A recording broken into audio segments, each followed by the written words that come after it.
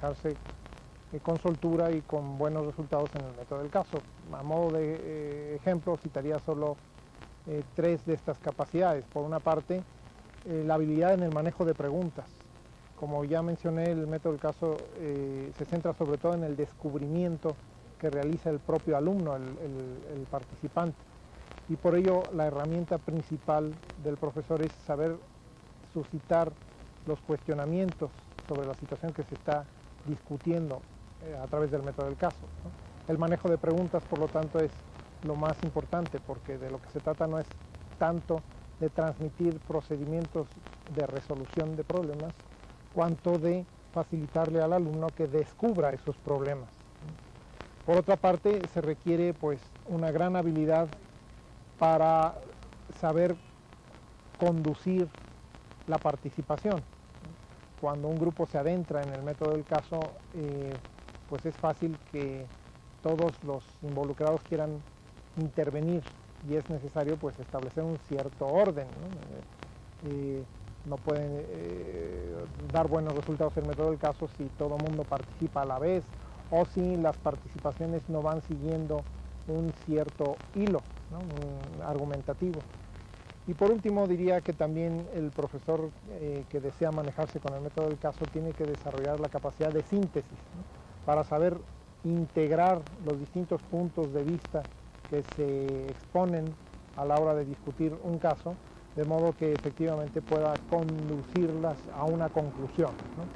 Pues en primer lugar, tener mucho cuidado al seleccionar los casos. Los casos los pueden tomar de la vida real o pueden ser de la ficción, inventados, o pueden ser acontecimientos históricos que sucedieron en el pasado. Lo importante es que los elijan y los organicen con base a los objetivos de la materia y el tiempo del que disponen. Si eligen un caso muy complicado, van a necesitar más tiempo para estudiarlo en clase. Entonces tienen que ser muy cuidadosos de que el caso se adapte a la materia y a las condiciones. En segundo lugar, que investigaran lo más posible respecto al caso, que tuvieran todos los conocimientos que fueran necesarios al respecto y que reunieran material que en un momento dado le pueden dar al estudiante para que refuerce su aprendizaje. También es conveniente que preparen varias alternativas diferentes para presentarle los casos a los estudiantes. Puede ser que el maestro se los lea o se los narre o que le pida a algún estudiante que lo haga, o bien que lo reparta por escrito y entonces los mismos estudiantes hacen una lectura grupal o se organizan en pequeños grupos, o que se presente mediante películas, diapositivas, dramatizaciones o bien testimonios reales de personas que han estado involucradas en el caso. La idea es que haya la mayor variedad posible para que la atención del estudiante se vea más motivada. Después de esto habría que explicarle a los estudiantes cuáles son los objetivos del trabajo, qué es lo que van a hacer, crear un clima de confianza en el que puedan expresarse, decir todas las causas que encuentran, orientar esta discusión de los estudiantes para descubrir las causas, dando guías fundamentales para que los estudiantes mismos las descubran, no dando sus propios puntos de vista o diciendo sus opiniones, sino procurando que los estudiantes las descubran por sí mismos. Esto le corresponde hacerlo al grupo. Una vez que los estudiantes le vayan diciendo sus puntos de vista o lo que encuentran, yo le recomendaría al profesor que anotara todas las respuestas en un pizarrón, en un rotafolios, en algún lugar que estuviera a la vista del público. Y una vez que todas las soluciones han aparecido, se hace un análisis con el grupo respecto a los alcances y limitaciones de estas soluciones, cuáles son mejores y por qué, cuáles no llegan a ninguna salida. Y una vez habiendo hecho esto, el profesor le ayuda al grupo a ponerse de acuerdo para elegir cuál ha sido la mejor solución. Lo más importante, me parece, es que el profesor no dé la solución por sí mismo, sino la retome a partir de lo que dicen los estudiantes y sobre todo que mantenga una actitud de apertura a nuevas posibilidades.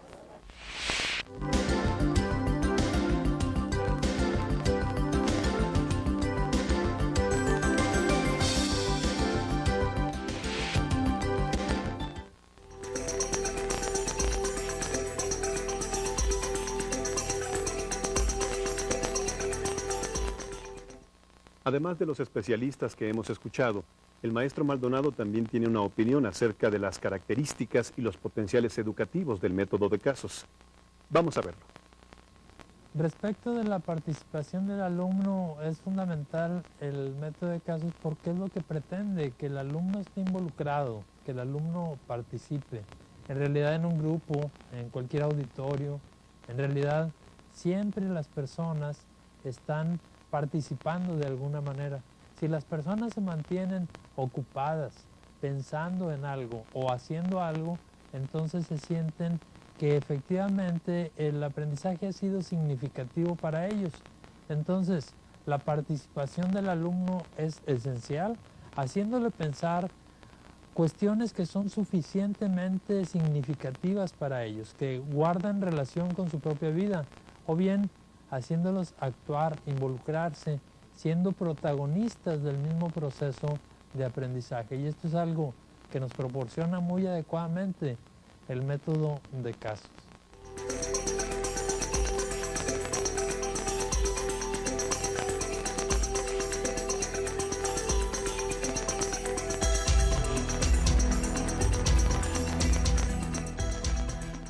Ahora que conocemos un poco más del método de casos, hay un par de preguntas que seguramente le interesan a muchos maestros. ¿Cómo? ¿Cómo se usa el método de casos y cuándo no debemos usarlo? Para eso escuchemos la opinión del maestro Maldonado. Adelante. ¿Cuándo utilizar el método de casos? Esta es una buena pregunta.